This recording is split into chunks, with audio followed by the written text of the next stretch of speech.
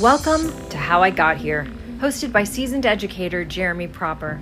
This is a podcast of conversations with his former students discussing their journey from middle school to where they are today. Guests highlight their successes and the life lessons learned along the way. And now let's welcome the host, Jeremy Proper. Welcome to How I Got Here with Mr. Proper. I will be talking to former students who will tell their story of their personal journey from Mr. Proper's class, aka Club 128, to where they are now. Everyone has a different path to get to where they are now, and that path may just be the beginning to where they actually want to be. In these podcasts, I hope to tap into the journeys that my former students have taken.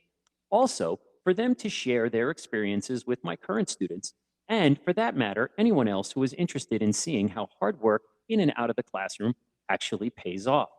So let's welcome today's guest, Camilo Restrepo. Hello, Camilo. Hello, Jeremy. How are you? I'm fine. How are you today? I'm doing all right, thank you. Excellent. Well, what I'd like you to do is take a few minutes to briefly introduce yourself. Please include when you left the Don and where you went to high school, then college, then post-college, and what you're currently doing right now. Of course. Well, everyone, my name is Camilo Restrepo. I graduated from Florida State University in 2019 as a Bachelor of Science in Finance. That is the trajectory I took my life in, and I left Don Estridge in 2012. I had Jeremy as or rather, Mr. Proper to you guys. I had him as my teacher from 2011 to 2012. I went to high school here in Boca Raton, Florida at Olympic Heights out in West Boca. And then college, I started off at the University of Florida in Gainesville in 2016. But in 2017, I made the switch over to Florida State University in Tallahassee. After a little kerfuffle with some classes, I decided to pursue my finance degree there instead. As I said, I graduated in 2019, a little early, and then post college, I had the unfortunacy of meeting the COVID-19 pandemic head on. I was with a private equity firm back then. As an intern, I was slated to start a job, and right when I was slated to actually start the job, that was the week the COVID shutdown happened, and a couple of weeks later, the company just said, we can't really do anything with you. Best of luck. And that is basically how I started my professional life in probably one of the worst moments in modern history. I did end up taking a job at a former summer job I had in college at a local Volkswagen dealership as a product specialist. I was there for a little while, and as of this week, as Jeremy knows, I am currently starting one of my dream jobs at Bring a Trailer, which is an automotive website that specializes in collector car auctions. As a specialist there, I'll be doing things that are related to the information of cars that I like, doing listings, researching information, and I'm very happy to be starting that. And that is where I am now. Who knows what the future holds at That's awesome. So, first and foremost, thank you so much for coming on and telling my students about your life and its experiences, because it's so important that people like yourself who have worked really hard, achieved their goals, and have been able to take something, in essence, you took something out of nothing. I mean, you and I talked, and you were really down on yourself almost. Like you had said to me, "Oh, there's no way I'm going to get this job." And I was like, "Are you kidding me? Like you are the most qualified person I know, and age is just a number. And what you're doing, you're not really interacting with people physically, so no one has any idea how old your age was." And we've been talking about cars ever since you were in my classroom, and the knowledge that you have is just incredible. So you're definitely one of the types of people that followed their dreams and found it, even though maybe their educational direction was literally in another direction. So I'm personally just extremely proud of you that something that started as just a fun way to pass time in my classroom has actually turned into a job and possibly a lifelong career. And I'm terribly proud of you, and I'm so willing to tell anyone your story and who will listen, but that's why we have you on here to do that. So, I appreciate. oh, no problem. So, when did you get this affinity for learning, whether it be, again, about cars or educational learning, whatever it was? When did you feel like you got that bug, like I want to learn? For learning, it was when I was a child. In learning in general, not just about cars, but when I was a child, I loved learning about just about everything I could get my hands on. I had atlases, I had all these sorts of books when I was 3, 4 years old, and I could barely read at that point, but I could see pictures, and I could. I had this was back when computers were barely starting to be a thing. Back when we still had dial-up internet, but my parents bought me a couple of computer programs. I guess you could date them late 90s, and they were just little basic interactive atlases and little interactive, not even games. They weren't even meant for little kids. It was just around the world, sightseeing, cities, learning about different cultures, nations, everything. And That where, really if I might ask a question, where were you learning? You were not born in America. No, I was not. I was born in Colombia.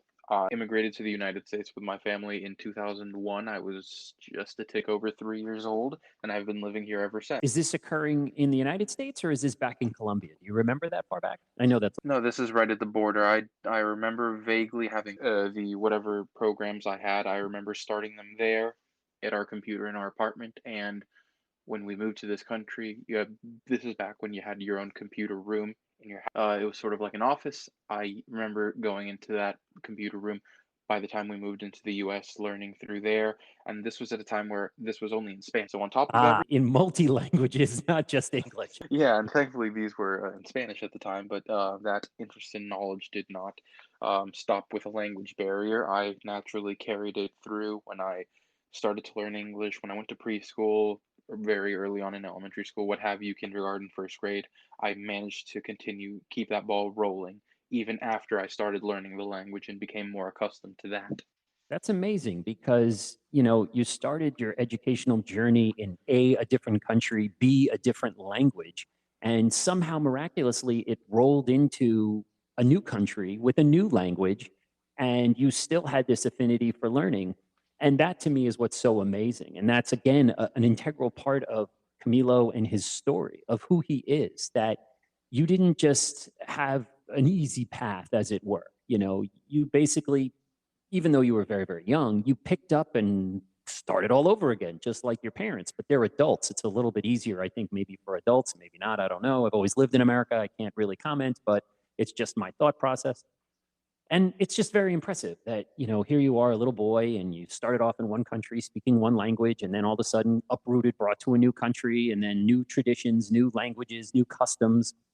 And it just kind of rolled itself over. It wasn't like, oh, I don't want to do this anymore. I'm going to give up. And you didn't. And that to me is again, what's so amazing.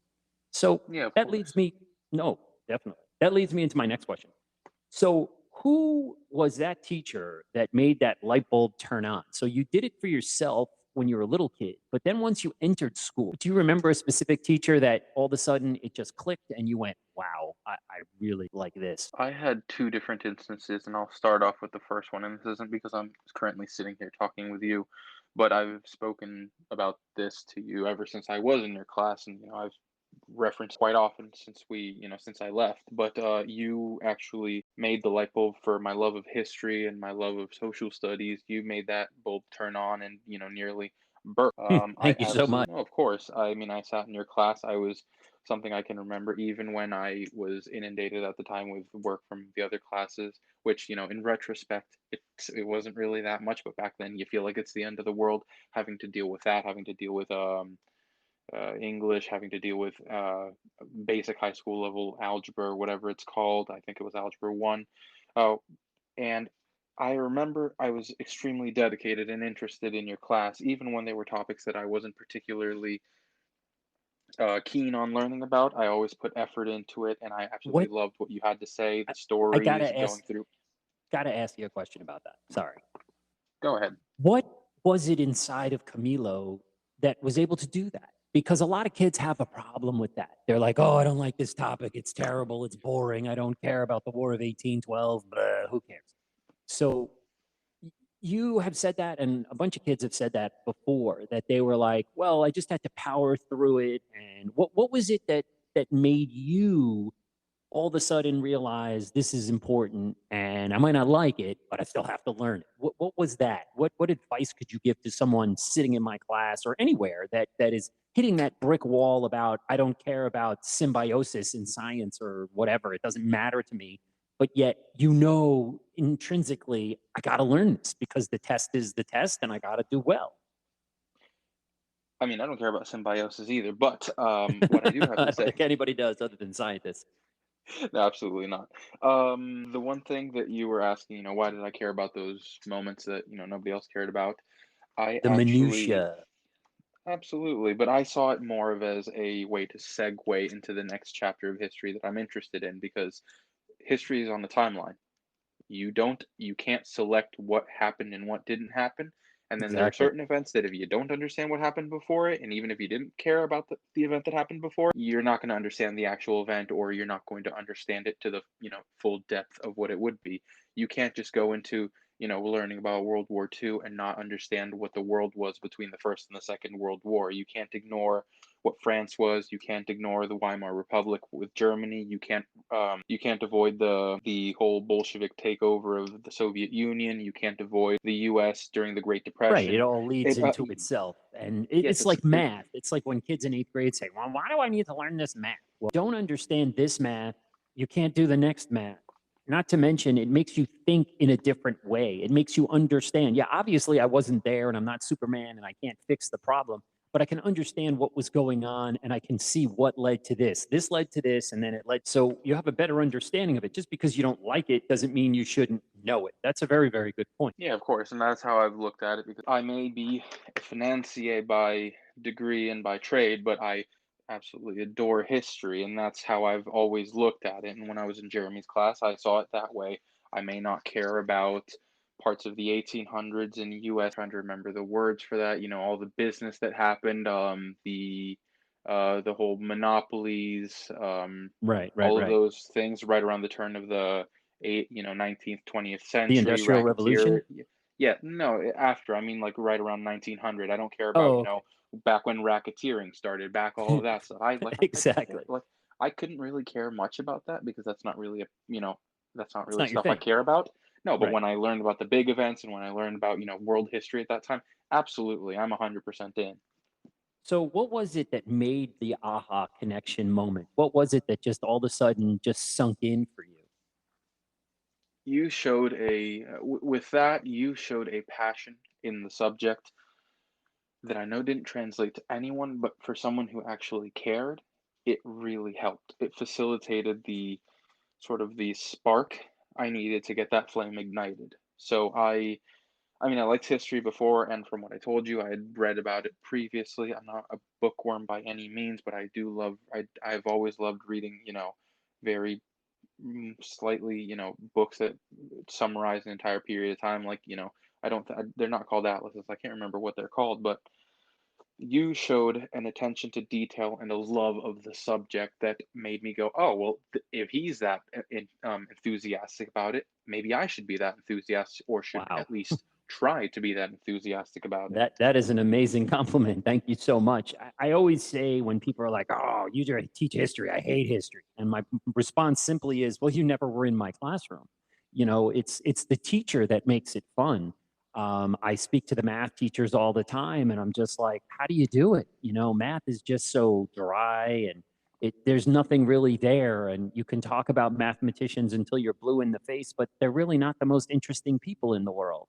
And history, if you can make it come alive, that's what got it for me. I had a history teacher in high school who did the same thing, and they made it fun and interesting. And I tried to model my teaching after them because if you're into what's going on, so are the kids. I mean, you can't be into every single thing that happened in history, but like you said, having a knowledge, having a passion, having an understanding or a story or something that was interesting to lead you in and go, okay, I know this is really boring, but here's a funny story that happened on the way, and all of a sudden it's like, oh, well, maybe that's not so bad. So Yeah, that's really awesome. So it if is. Camilo could go back in time and tell your eighth grade self some advice, what would you tell Camilo? And that is something I do think about quite often because I do not see myself as the same person in certain ways. But as I was back then. This was what, right around 10, 11 years ago. The biggest advice I could give him, keep moving forward and keep your head up because you do not know what life is going to throw at you. You don't know who's going to come, who's going to go, what's going to come, and what's going to go. But the important thing is don't stop. Don't let yourself stagnate. Keep moving because there are better things ahead. Even when you think that the night is at the darkest, the sun rises right around right over the horizon. Yeah, it's always darkest before the dawn, whatever analogy or euphemism or saying you want to say. There's a million of them. And that's a great thing to Exactly. say because, that holds true whether you're 8, 18, 28, 38, 48, older. And it is. It's true. It's always darkest before the dawn. And you never know what's going to come around the corner. You never know who's going to help you. You never know who's going to be your cheerleader, who's going to be in your corner, who's going to be willing to give you a recommendation, or who's going to stand up for you and say, I think this person's going to be great for this. And like I tell the students in class all the time, you never know who people know. You never know how someone could connect on social media, or whether it be Instagram, whether it be Twitter, whether it be, oh man, I forgot. What's the one where in business where everybody, thank you, LinkedIn. I never use it because I'm a teacher, but that doesn't mean I don't have a LinkedIn account and I'm not connected to a gazillion different people who've done a gazillion and one different thing. Is there any way you could connect me with them? Yeah, sure, no problem.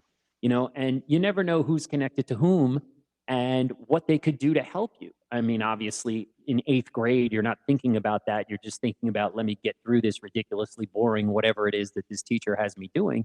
But like you said, connections are key in this world, and you never know who can open a door for you. LinkedIn. And I've had kids from the past who are post college connect with me on LinkedIn and say, hey, Mr. Proper, how do you know so? Yeah, and that's So, something you learn as time goes on because networking is very important. without a You know, doubt, you can't just keep yourself closed in most of the time, your own person, alone. But at the end of the day, these connections matters. Look at, me. I'm 23 years old and I still talk to Jeremy, and I still try to keep tabs with a lot of people who actually have cared about me and have shown interest in keeping contact with me. I reciprocate it, and that's actually gotten me as far as I am now. Jeremy, this is what it's been, what, 11, 12 years since I met you, and we're yes. still, it's still just as we're friends at this point, obviously, because I'm no longer a student. But No, not at 23 years of age, without a doubt. no, I would hope not. But yeah, that's very important to everyone. I mean, this is Oh, a time in your shared lives. with me one of life's biggest ups when you got your first job last week, and you texted me, and I was like, the first person I texted was my wife to let her know, and she was like, her response, I don't even know if I told you, was not. I mean, even my wife knows you so well because you sold my mother-in-law a car, and you've gotten to know my extended family, and but it's just nice, and I can live vicariously through you, knowing, yeah, I was like a minute piece of your life, but yet it's been able to continue, it's been able to help, and throwing ideas and talking about ridiculousness from cars to whatever, and it's just nice. And just to know that you are willing and wanting to spend the time to tell me is amazing, because I want to know how my former students are doing. I want to see them be successful. You're hard on your students in class for a reason, so they can be prepared for what comes next, and that they're ready to take on those challenges. Speaking of challenges, what would you say was your most challenging educational experience, and how did you? My most challenging educational experience. Well, that's a tough one because looking back, there are plenty of those. But one of the most challenging ones I had when I was a kid was that language barrier I told you about. The Yes. very first one I can think of, and that's obviously one of the more. That was me moving to a country, not knowing the language, not knowing anything of the culture, and I was only 3 and a bit years old at the time. So I was able to speak, and I was already reading at the time. I was already in preschool in Colombia, and I was already learning, and my parents just took me out of that atmosphere and dropped me into this one. And it took me, it's not easy. You can't learn the language overnight. Even at that age, No. when you think it's that simple, it took me No. years of just honing my skills and learning, listening to music, reading books. I mean, I remember very much, may he rest in peace, Eric Carle, the author of the Very Hungry Caterpillar and the Brown Yes. Bear, whatever book. Those were the first two books I was able to read in English, and that it didn't take me too long to learn when I got Now, here and got into can preschool I here. ask you a question? I want to ask a question. Of course. Did you feel a little bit like an outsider in your new country because of the language barrier? Did that give you like, oh man, like if only these people spoke Spanish more, I would feel more comfortable, or I'd feel like I fit in, or Yes, I definitely would say so. It was very hard to communicate in the beginning. There were certain things I wanted to tell people, just explain about myself. People, all the other kids would ask. They were curious about who I was, stuff about me, and I just couldn't communicate myself. I didn't know what to say. Thankfully, at that time, I've she could still relate. ran.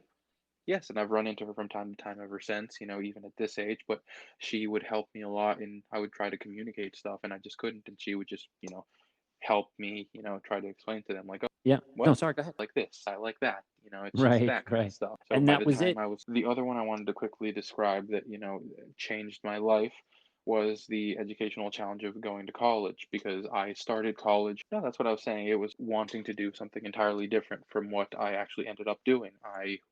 Jeremy remembers, I graduated high school in 2016 and I was going to be a business major and I was going to do law at the time.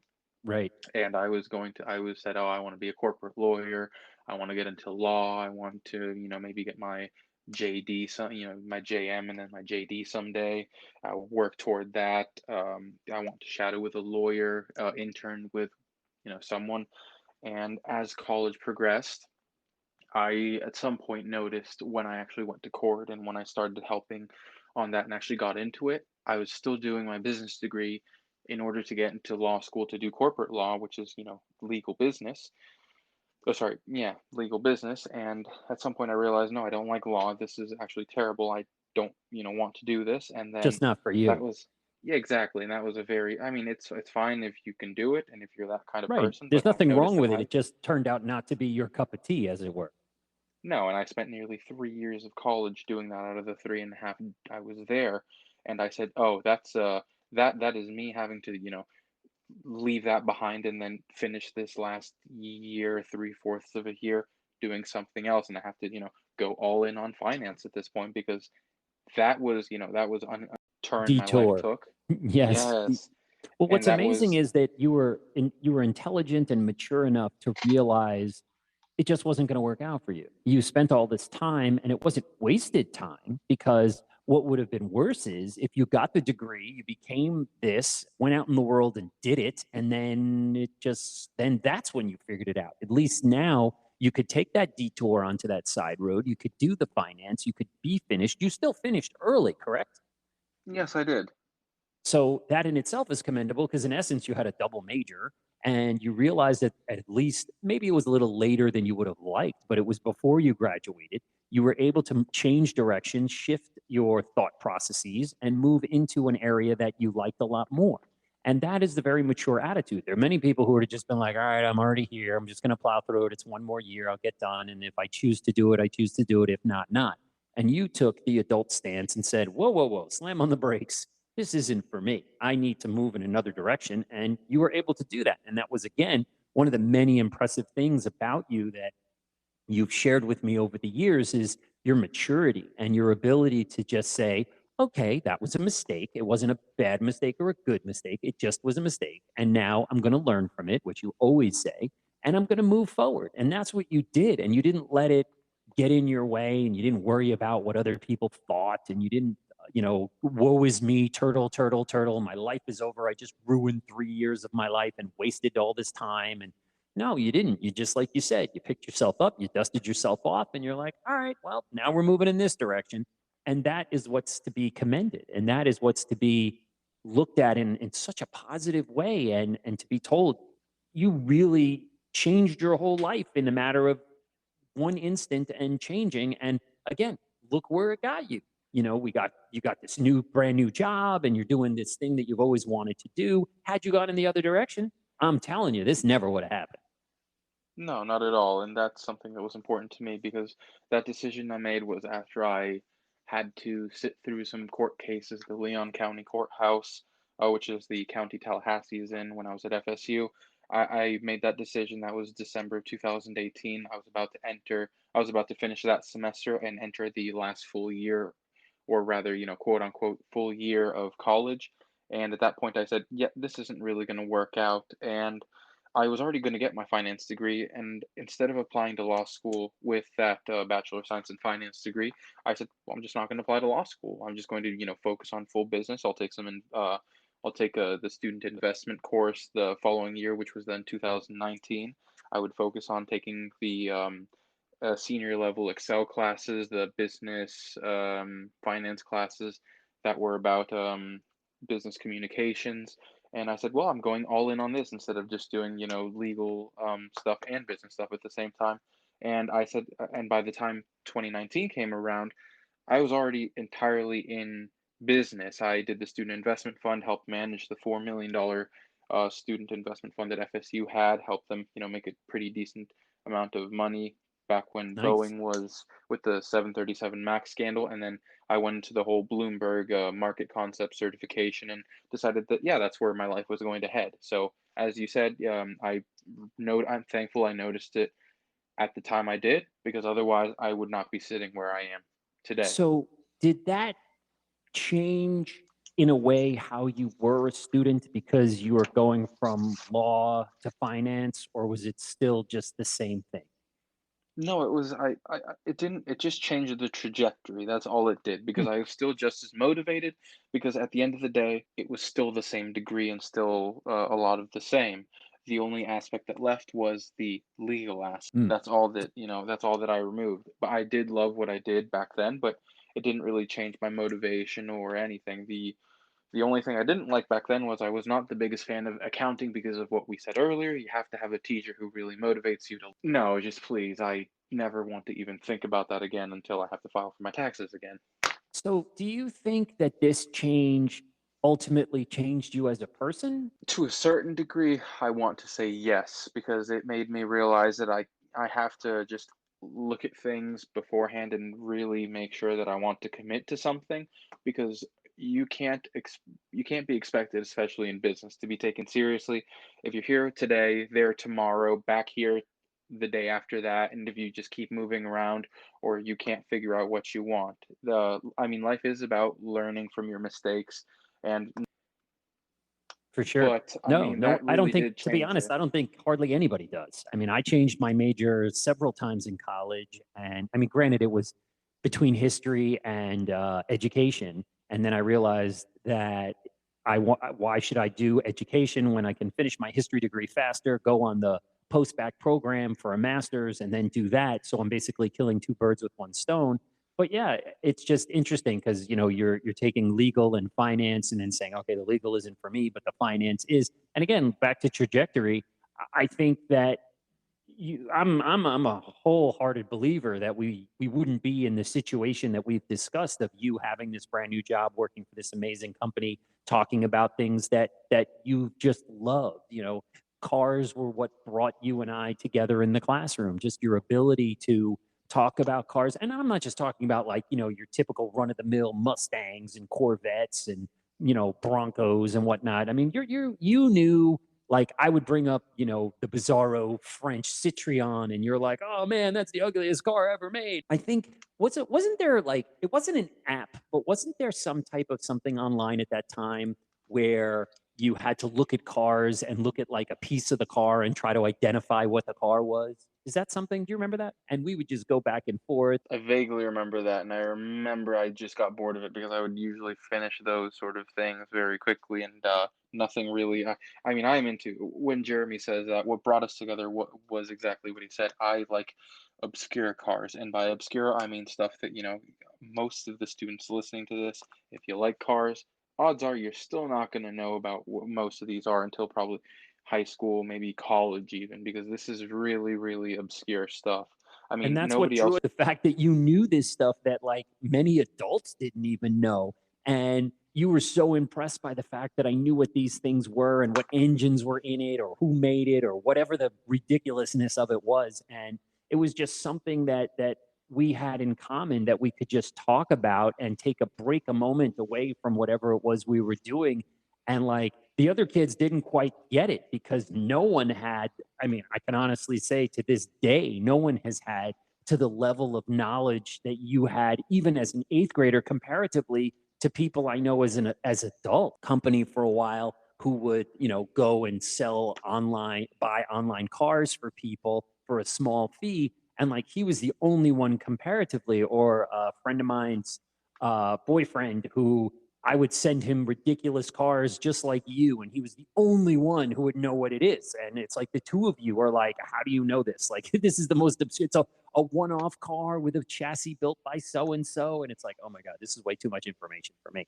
But that's what was cool, and that's, I think, what makes people drawn to people is that they find that they have commonality in something that they would think no one else is going to know this. Well, if it's out there, someone's going to know it, but maybe not a bunch of 13-year-olds, but obviously other people would be interested. So You and I and three other people who know what a 1985 Mercedes-Benz 300 TD turbo diesel is. So exactly. And they're not mechanics because, they've worked on them. That's not fair. So yeah.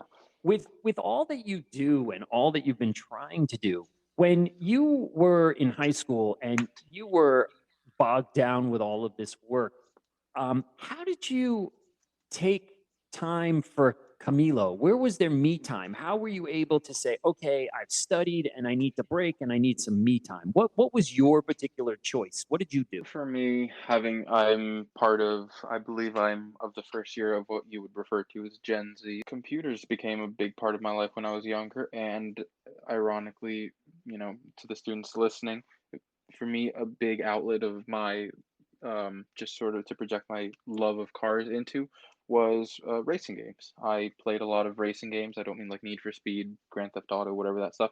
I played, the Gran Turismo, all of that, just stuff where I could learn more and more and more about cars and go into detail. And actually, I credit those with teaching me how to drive very well far before I even took any driving lessons. So I took a lot of time when I was younger into that, what little free time I had with whatever I was doing. And I have always found, just time to, in my free time, Jeremy knows what I do is automotive related. I will go to a dealership and look at what they have. If it's anything interesting, I will go and People don't realize that you can do that. People think like, okay, I'm not going to go. What was it that you were looking at recently? Those S classes? yeah, the ones I saw the other day, How much do was those very. cost? Let's just inform the listener. What are we talking? How much are those? The cheapest one was had a sticker price of 134,000, and then the V8 one, which is one up from that, had a sticker of 164,000.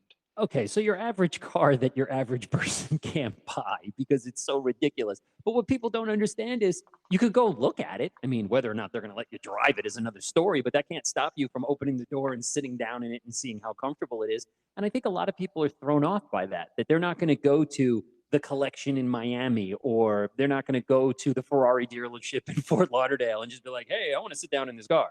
And most people are thrown off. I mean, it's not like it's Woodfield Country Club. You don't need to be a member and drive up in your Ferrari and just to go look at it, admire it, take pictures of it.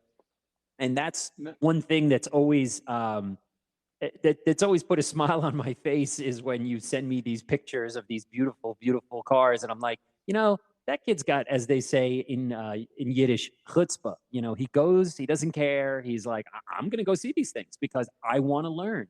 And again, that's something that eventually, I know you have this new job, but you have tried to get jobs selling Porsches. But your knowledge, the problem basically is that your knowledge exceeds your age. And I think people have a hard time in modern day, and maybe even always, seeing beyond the age of a person and not seeing beyond the talent of a person. They just see, oh, this kid's 23 years old. How is he supposed to even know where to begin? Well, ask him some questions and he'll blow your. Yes, you reminded me of that trip I did to Curated a couple of weeks ago. You remember the one where I Yes. got to sit in the yeah. So I really exhibited that when I went to a boutique car dealership in Miami called Curated. They specialize in extremely high-end boutique supercars. I mean, the Lamborghini Miura, the Rarest of the Countach. rare.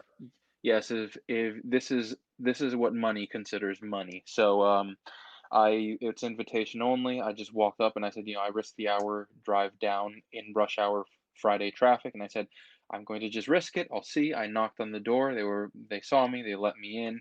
I spoke with the gentleman there for a little while. They all liked me, and they even let me stay after closing because we were all just standing around talking about the cars.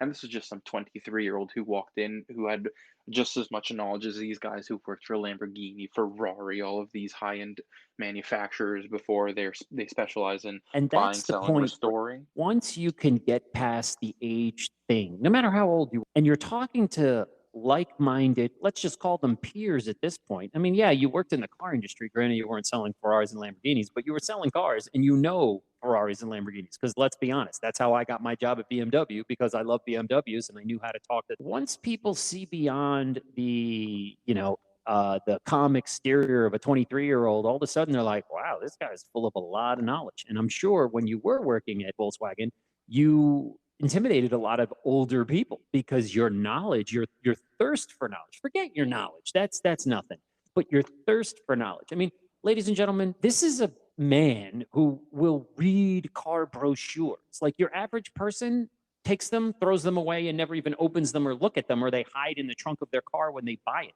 He actually reads it because he wants to know the information. And to a lot of people, I could see that being very, very intimidating because they're selling it and they don't even know the things that you know. And that to me has always been a wonderful quality that you possess, that you have. And it says a lot. It's a testament to who you are and how important these things are to you. And like we've said 3 times or more in this podcast, it's paid off. And at 23 years old, you already have this amazing opportunity that, who knows where it's going to go, which is, no, I was going to say, so what was your most challenging educational experience? Challenging educational experience I've had thus far. Well, the biggest one we mentioned earlier was the language barrier. That was a That's very right. big Right. one. So beyond But that, like once you came to America, so you finally kind of got a handle on English and you're moving along, and then all of a sudden there's something in education that kind of just is a brick wall, and somehow you got to find out how to go under, over, around, through. for me, the biggest one was when I was in high school. I had no idea what I wanted to do with my life. I loved cars. We all knew that. I had the pipe dream when I was in Jeremy's class that I said, "Oh, I want to be a designer for BMW someday." And then it turns out I'm terrible at A, drawing, B, engineering, and C, all of the above. All of the above, So which you need to be a car engineer. yeah, that was. Let's just say that came crashing and burning down. They pulled a Hindenburg on me. Let's see if your kids get that reference. Nice. Yeah. Well, how did you Let's overcome it? So once you figured out that, well, this pipe dream just exploded in my face. the when we were talking earlier about a teacher that made a light bulb turn on, there was a second teacher after you who made that light bulb go off, and it wasn't even related to any subject I was particularly fond of continuing my interest in, but it was 10th. 10th Yeah, grade that's chemistry, not 11th grade chemistry, ladies and gentlemen. 10th grade. no, because I know that there was AP chemistry or whatever it was. Yeah, AP. This was just honors chemistry, and Oh, the just teacher I honors. had. My bad. I'm sorry. I didn't mean Oh, to jeez. build it up higher than what it really was. Yes, yes, thank you, Jeremy. I had that. There was a teacher I had for that, and she was chemistry. She loved chemistry, and that was her profession. She was a chemical engineer, and she became a teacher after that. And she was also extremely interested in history. And the thing that got me was that I had a very you moment with her where I bonded with her not even with the subject at hand, which she was very proficient at teaching and making us interested in. I got all A's in her class for someone who's terrible at science, and I she was very interested in history and in cars, surprisingly. Oh, She wow. had grown up, yes, she had grown up with her family owning a repair shop, and her father was around cars, and she absolutely loved cars. She knew cars on an us level. Like Oh, she wow. would, yes, like this would be a perfect sort of like trio to be talking about Nice. anything, the And you two of wouldn't us are already consider interested in. a science teacher to be a car aficionado. No, and I would just sit with her. I remember I would just sit. She absolutely loved talking to me sometimes, and this was back when there were multiple lunches you could have had in high school, and I did not have lunch with my friends, unfortunately. So I would just frequently stay behind in her class, and we'd just sit there and talking about cars. Like I would take my newest issue of Car and Driver, and we would just discuss. I remember very fondly, we were talking about cars from the 80s and 90s, and I was just keeping up with her discussing all of the Malaise era American cars. We discussed the Bustleback Cadillac Seville, the Cadillac Cimarron, the Buick. Yeah, exactly. The Oldsmobile Regency, the Oldsmobile 98, all of these cars. Obscure And cars that don't even exist anymore.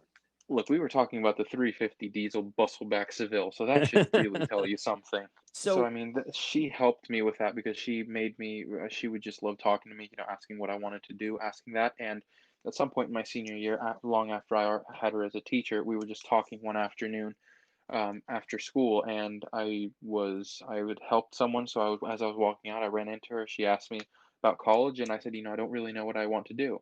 So over the course of that last year, she made me realize that I A, love business, B, love law, and C, should, try to focus something that's both of them. And she has a lot of contacts in the world of business, and she helped walk me through that. I was not really too sure I could get into the University of Florida back then, much less as someone who's doing law and business.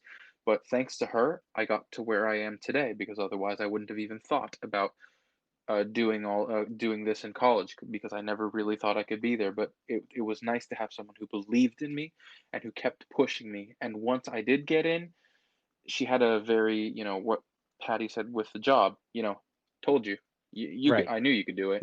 right, So right. It wasn't a surprise. People weren't like, "Oh my God, how did that happen?" yeah, and she was a very big supporter of me, That's and awesome. yes, I thank her for that. Linda Pearson, if you're somewhere out there right now, I lost touch with her, but hope she's doing well.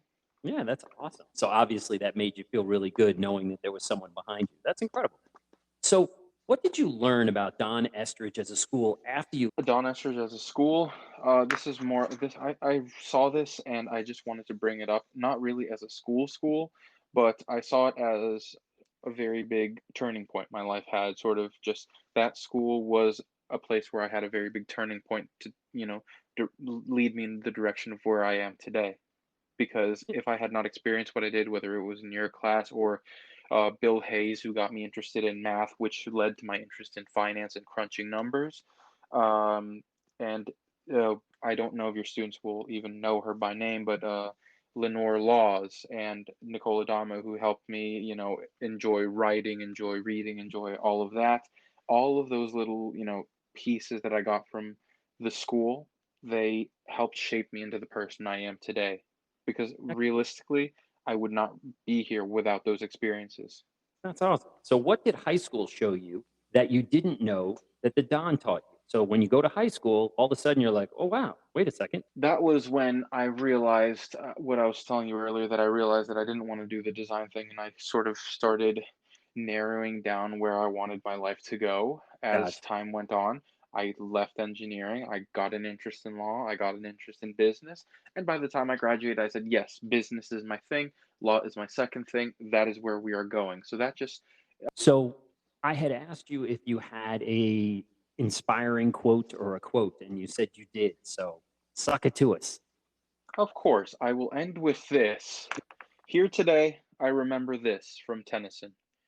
We are not now that strength which in old days moved earth and heaven. That which we are, one equal temper of heroic hearts, made weak by time and fate, but strong in will, to strive, to seek, to find, and not to yield. Now, that is Lord Tennyson from Ulysses. Yeah, your students will probably not understand that style of English, but what Tennyson is basically saying, and you'll probably hear this in high school, college, that quote basically means we might not be where we started, we might not be who we started as, but the important part is to have that same heart, that same passion, as the last line said, or rather the last two lines, one equal temper of heroic hearts, the same, made weak by time and fate, because obviously life takes its tolls on us. We fall down, we dust ourselves off, we get back up again, only to fall down again sometimes. But we remain strong in will, and to strive, to seek, to find, and not to yield. We just keep on pushing, keep moving forward with our heads held high.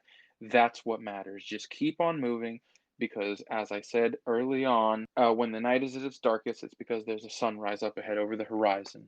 That's all that Exactly. matters in life, and that's what's helped me get to where I am today. I mean, I may only be 23 years old, but I have accomplished a lot more than I ever thought I would by this age. I can honestly say I disagree, but you have accomplished a lot, but not to say and diminish that you wouldn't, because I always believed in you and I always knew you would do great things. And when you told me that you were applying for this job, I was like, yeah, he's going to get it. There was never a moment in my mind. And like I said, I even told my wife, and she was like, oh, yeah, he's probably going to get that. I'm like, yeah, you can take the probably out. He's going to get it.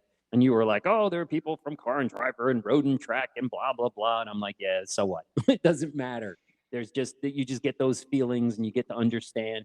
But like you said, it's darkest before the dawn. We keep hitting on that theme. And it's just, you got to keep trying. You got to pick yourself up and dust yourself off. Bad things happen all the time. It's how you deal with it and how you move forward. So the last thing I always want to ask is, do you remember who Don Estridge actually was? Don Estridge, he was an engineer who worked for IBM, which, as you may know, Don Estridge, the actual school, used to be part of IBM, used to be an IBM building, and he was one of the engineers who led the development of the original IBM computer back then, and he basically was one of the people who helped create something that is so noteworthy in technological history. So he was extremely important for that. Unfortunately, he passed away. Oh, Had to give you the clap sound because you got it right. yeah, thank you. I always remembered that, and obviously it's also because that's a little fun fact to bring up to people to tell them where I went to middle school. But My favorite is to tell engineers and mess with them because they're like, I know the name, but I just can't remember it. I'm like, without him, you wouldn't have a job. So that's my favorite thing. Well, Camilo, thank you so much for your time today and telling your story and how you were able to overcome coming from a foreign country, not speaking the language, learning the new language, learning the new customs that we have here in America, and basically being a success story. I mean, you really are a true testament to success here in America and how the American dream is still alive and well, and that with hard work and perseverance will come success. And that's basically what this is all about, is you getting to tell your story and telling people that I was sitting in your chair not too long ago. To you, you may think it's a long time ago, but to Camilo, it's not. And this is where I am now and how I got here. And once again, thank you for listening to How I Got Here podcast. And I appreciate you being on, Camilo. Have a great day. thank you for having me on, Jeremy. Take care. You too. Thank you for listening to How I Got Here podcast with Mr. Proper. Music provided by Miss Mata. Thank you to Patty Fernandez for the introduction. Thank you to Seth Proper for logistics and behind-the-scenes production. Join us next time for another episode of How I Got Here and more stories of former students and their journey.